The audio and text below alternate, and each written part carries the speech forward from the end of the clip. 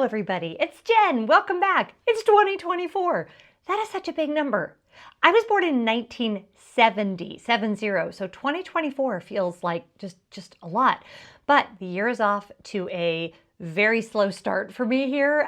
Scott's been sick. As you guys know, one of my sons couldn't come home for Christmas because he was sick, and we're all just kind of slowly getting into the year. This year, I'm not feeling like we're, jumping out of the gates like a racehorse. We're more kind of sauntering into 2024. So if that's the energy you're bringing too, I love that for us. This is my annual video. This is my 5th year in a row to do this, where I share with you guys exactly how much YouTube paid me to make videos this year.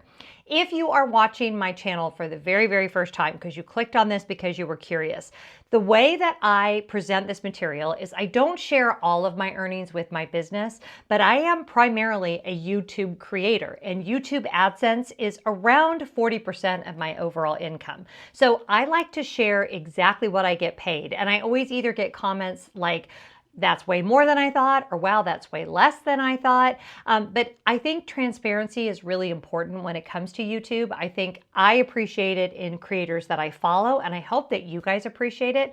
And if you like this video, it would mean the world to me if you would stick around. Please subscribe, please hit the like button. And if you really want to be part of what I'm doing here, I would love for you to join us over on Patreon. Patreon is a very important part of my business model. My patrons are very important to me. It is a wonderful community. You get extra videos, live streams, blog posts, meetups, all kinds of things over there. So if you're interested, go down in the description box and check out the link, or just go to patreon.com/JenLefforge. Okay. So first, let's talk about 2023. It was a big year for my business. I worked with 2 very big brands that I admire greatly, Lily Silk and Boll & Branch Sheets.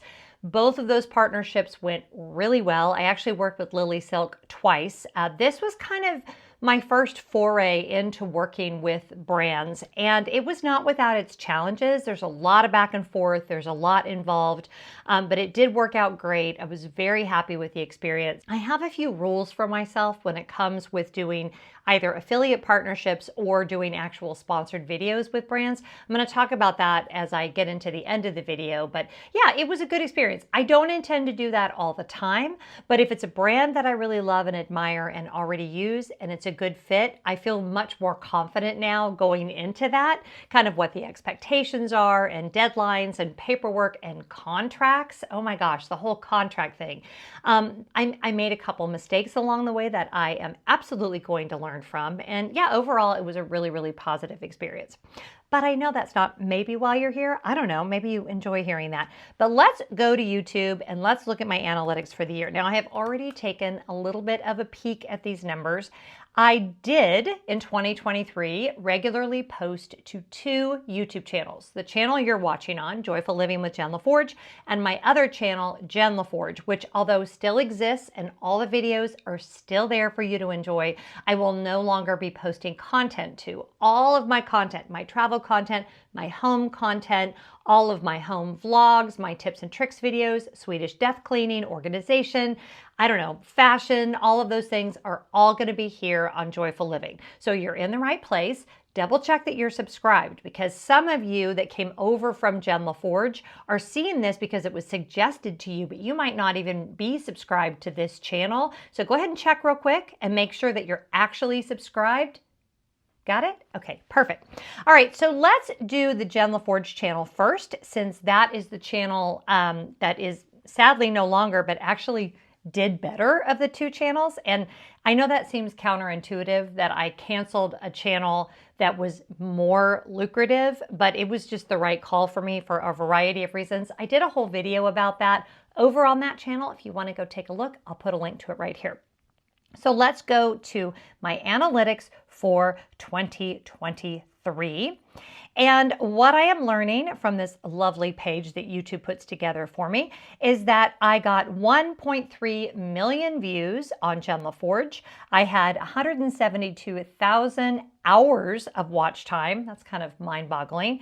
I grew by 7.4 thousand subscribers, and my revenue on just that channel was $14,779.71. So just shy of $15,000 in ad revenue. So 1.3 million views and just shy of $15,000 in ad revenue. Okay, so that was for Jen Lefforge, which will continue, by the way, when we meet up next year.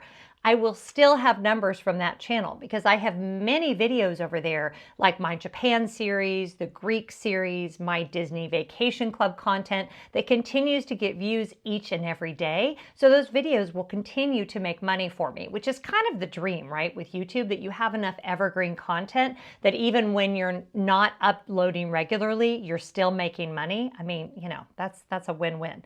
Now let's hop over to Joyful Living with Jen Lefforge. And I'm trying not to get too in the weeds with this. Some of you love these numbers. Some of you probably are bored to death by them. I'm kind of fascinated by it personally. So for Joyful Living with Jen Lefforge for 2023, I had 1.1 million views, 136.6 thousand hours of watch time. I gained 9.7 thousand subscribers, and I earned $13,313. Now that was down slightly from 2022. The Jen Lefforge channel did better. Joyful Living didn't do as well. So some of you are like, okay, Jen, then why are you not posting to the larger channel anymore? It's all to do with where I feel like I'm being led to post the content that I want to post. I'm not going to Disney as often as I once was. I'm not traveling as often as I once was.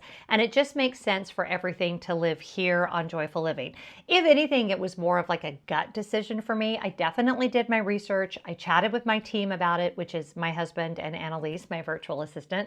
And we all decided together that that was the better call. So we'll see when we come back here next year if that was a good decision or a bad decision. My revenue has continued to grow. If I combine everything, I grew about 50% in revenue this year over last year, but that was mostly this year, meaning 2023 over 2022. But quite honestly, most of that money was from the sponsored videos and the affiliate links that I did. Patreon has continued to be a big chunk of my income. That again is about 40% of my income. And my patrons are wildly supportive for that membership fee. Some of them pay $5 a month. Some of them pay $10 a month. They get a lot of extra stuff and they get a lot more time. We have a separate Instagram. We have all kinds of amazing things. They seem to feel like it's a good value. They're investing in what I'm doing. I love having them. I always tell them that they're my board of directors. It is a fabulous part of my business, and it keeps me from having to do tons of sponsored videos or have every single video be just peppered with affiliate links. I am really moving away from buying a lot of things, as I know a lot of you have been doing with me with the Swedish death cleaning.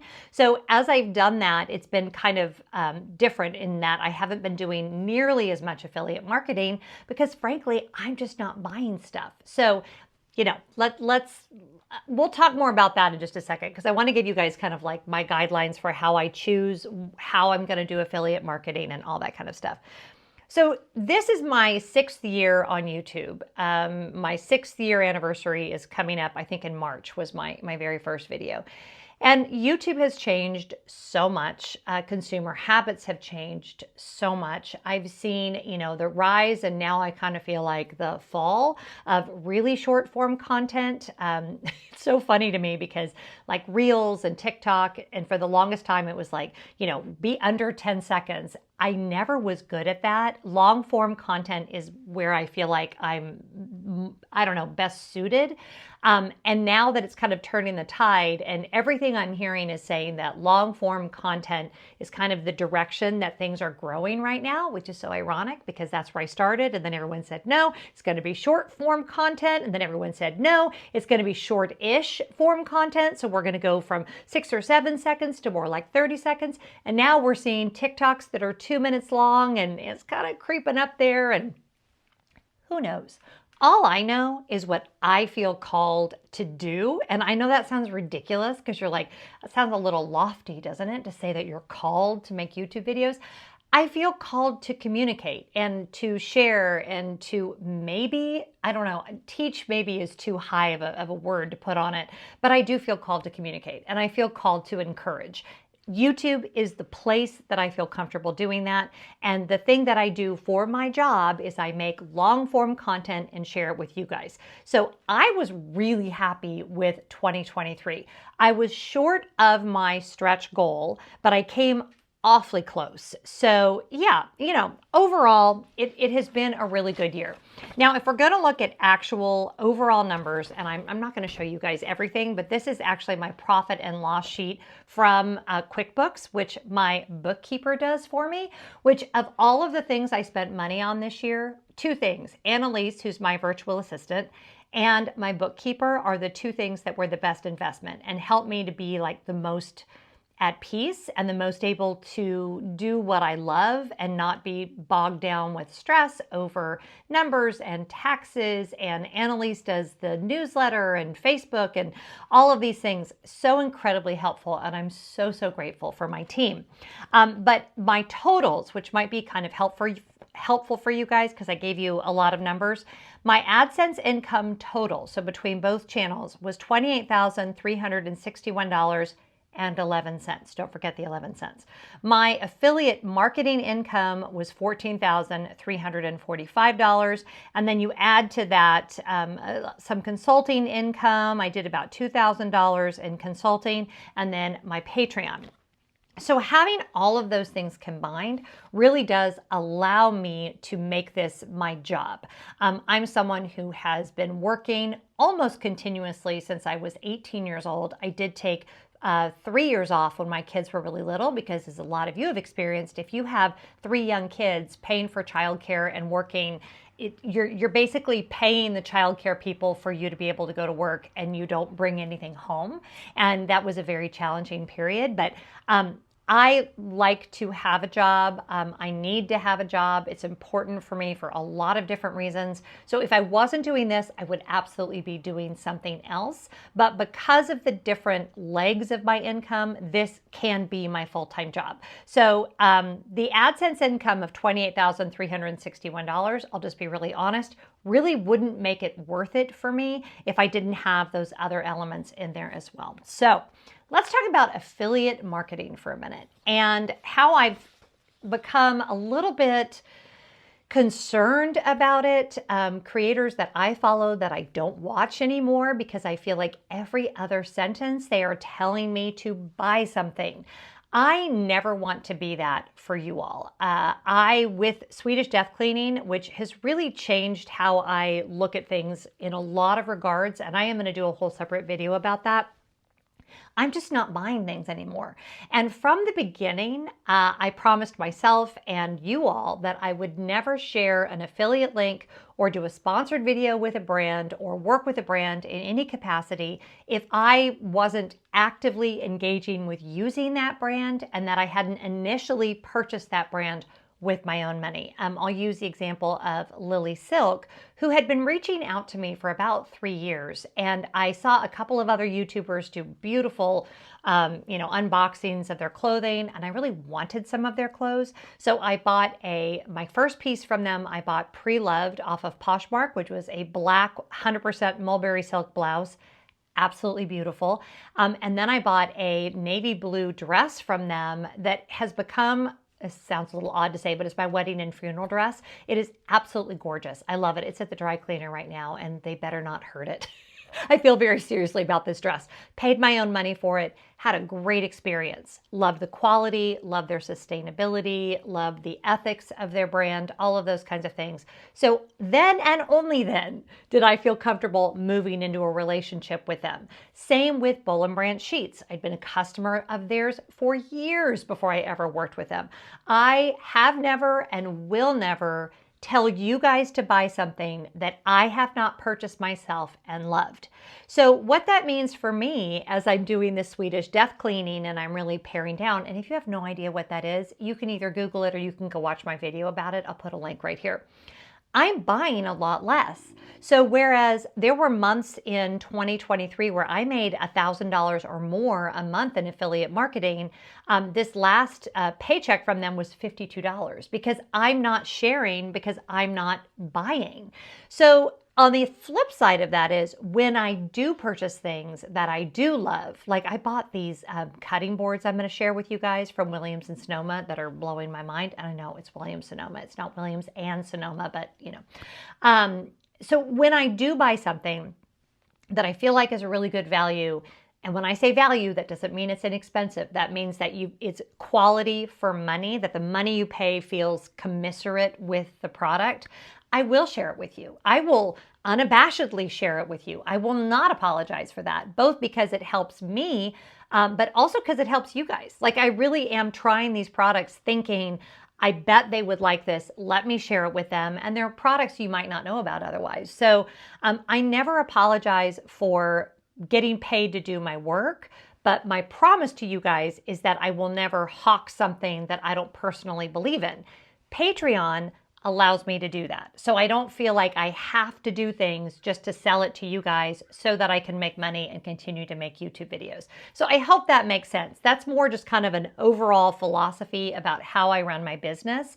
And it's really important to me. It's important to me that I be able to sleep at night. It's important to me that I'm not, telling you to buy things that are fast fashion or that I'm taking products just for review. I had at least 10 emails in my inbox this morning, brands that wanted to send me things for review. And I have plenty of friends that do this, and I think that's great. I don't want more stuff. I don't want more stuff, even if I loved it. If it's not something that I need, I'm not interested in purchasing it right now. I'm really hoping to curtail my spending in 2024. So I'm just not going to be telling you guys to buy as much stuff, and that's okay. So I fully expect that affiliate marketing number to go down in 2024.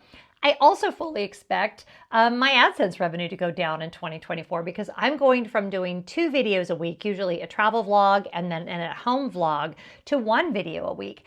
My hope is that eventually focusing my content on one channel in one direction will be more lucrative, but there's a very strong possibility, especially in this first quarter of 2024, that my income is going to go down. So as a small business owner, that never feels great, but it's something that a change that I knew had to happen if I wanted to stay on YouTube. I didn't want to just burn myself out, quit entirely, not be doing content I was passionate about. And I have found myself more excited than I think I've ever been about my YouTube channel as I'm moving into this next phase. So I hope that you will stick with me for all of that. So overall, very happy with the year. I was able to pay myself. I was able to pay my team. I was able to pay for my equipment. And it just felt like a transition year for me. I really realized that the travel that I was doing, as much as I loved it, I needed to cut back. I needed to streamline. I needed to simplify. It's so funny too, right? Because the Swedish death cleaning, realizing I didn't want to travel as much, kind of paring down my entire life seemed to all have happened in the last 5 or 6 months. And I'm feeling so ready for the next phase. I'm feeling like I have sloughed off some things, not just work-wise, but personally as well.